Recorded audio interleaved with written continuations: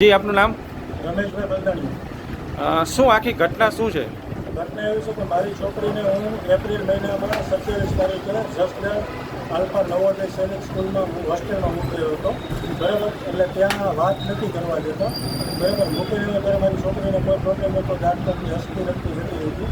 પછી મને કોઈ વાત ન કરવા દે, 10 દિવસે મેં એમને કીધું કે મને મારી છોકરી સાથે વાત કરવાની, એને એમ કીધું વાત નહીં થાય તો મેં કીધું ફોટો તો મોકલો, તો રિક્વેસ્ટ કરી તો એ લોકો મને ફોટો મોકલો, પણ એ ફોટામાં મને એમ લાગતું પણ વાત તો કરવા દેતા નહીં, બરાબર। એટલે ત્યારે હું મૂકવા ગયો ત્યારે જ છોકરી સાથે વાત કરી, પછી મારે કોઈ જાતની વાત નથી। આજે 2:30 વાગે મને ફોન આવ્યો, મને કહ્યું કે તમારી છોકરીને ઓસમડા નીકળ્યા હતા પણ એ સારા થઈ ગયા અને તાવ આવતો હતો, તો તાવે પણ મટી ગયો છે, પણ હવે પગ દુખે છે ને તો અમે એના માટે રાજકોટ લઈને જઈએ છીએ, તો તમે રાજકોટ આવો ને। એટલે હું ત્યાંથી તરત ઇન્સ્ટન્ટ રાજકોટ આવવા માટે નીકળી ગયો। પછી રસ્તામાં મને કોલ આવ્યો કે અમે યશ હોસ્પિટલમાં ગયા, તો યશ હોસ્પિટલમાં ગયા તો યશ હોસ્પિટલમાં કે છોકરી ઠંડી પડી ગઈ છે, એટલે અમે એડમિટ નહીં કરીએ, અમે છોકરીને આપણે સિવિલ હોસ્પિટલ રાજકોટમાં શિફ્ટ કરો અને ત્યાં એડમિટ કરો। અહીંયા આવ્યા તો મેં મારી છોકરીની ડેડ બોડી જોઈ।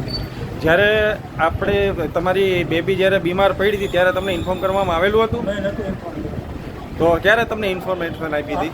આજે 2:30 વાગે ફોન દ્વારા। કેટલા દિવસથી આપની દીકરી બીમાર હતી?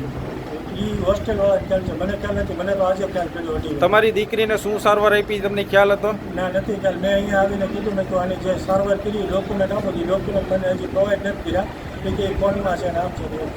જ્યારે તમારી દીકરીને જ્યારે તમને ઇન્ફોર્મ કરવામાં આવ્યું ત્યારે તમારા શું રિએક્શન હતા? તમારું શું કહેવા માંગતા હતા? મને એવું નહોતું કે મારી છોકરી સાથે આવું થશે, મને એમ છે તબિયત ખરાબ હશે, ઓસબડા તો દરેક વખતે ઓસબડા નીકળ્યા અને પછી એ લોકોએ એવું કીધું કે એને સારું થઈ ગયું છે, અને પછી બીજી વસ્તુ કે એ તાવ એવો હતો તો તાવે મટી ગયો છે, તો પગ દુખતો હોય, પગમાં એટલું બધી વસ્તુ ન થાય કે ભાઈ છોકરીની ડેથ થઈ જાય એમ। તમારી હવે શું માંગ છે? મારી માંગ છે કે આની તપાસ CBIમાં થવી જોઈએ, CIDમાં થવી જોઈએ, SITમાં થવી જોઈએ। મારું નામ હિરેનભાઈ વાલજીભાઈ સંખાળો। આપ સ્કૂલના સંચાલક છો? શું ઘટના બની છે આખી?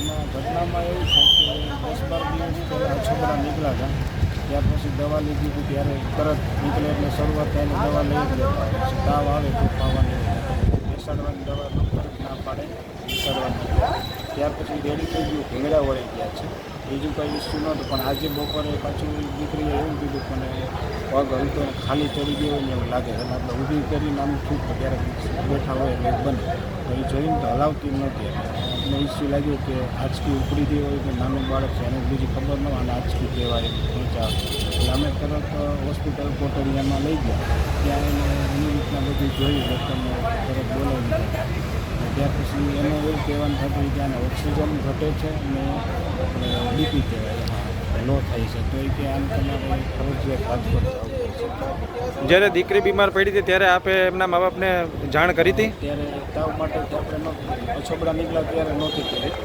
તો આપ માનો છો કે આ સ્કૂલની તમારી બેદરકારી છે કે તમે જ્યારે એમનું બાળક બીમાર પડે છે ત્યારે તમારે એને જાણ કરવી? છતાંય અમને જાણ નહોતી કરી, મારી બેદરકારી માફી માગું છું। આજે તમારી માફી માંગવાથી એક પરિવારની દીકરી ગઈ છે, મને આખો પહાડ માથે પડ્યો એવું લાગ્યું કે આટલી બધી સેવા આપતા એ દીકરી મને સામે દેખાય છે, રેગ્યુલર મને મળે છે, એ પણ કામ મારી પાસે આવે તો કોઈ પણ ઘટતી વસ્તુ આપે, છતાંય હવે મને દુઃખ એટલું થયું છે।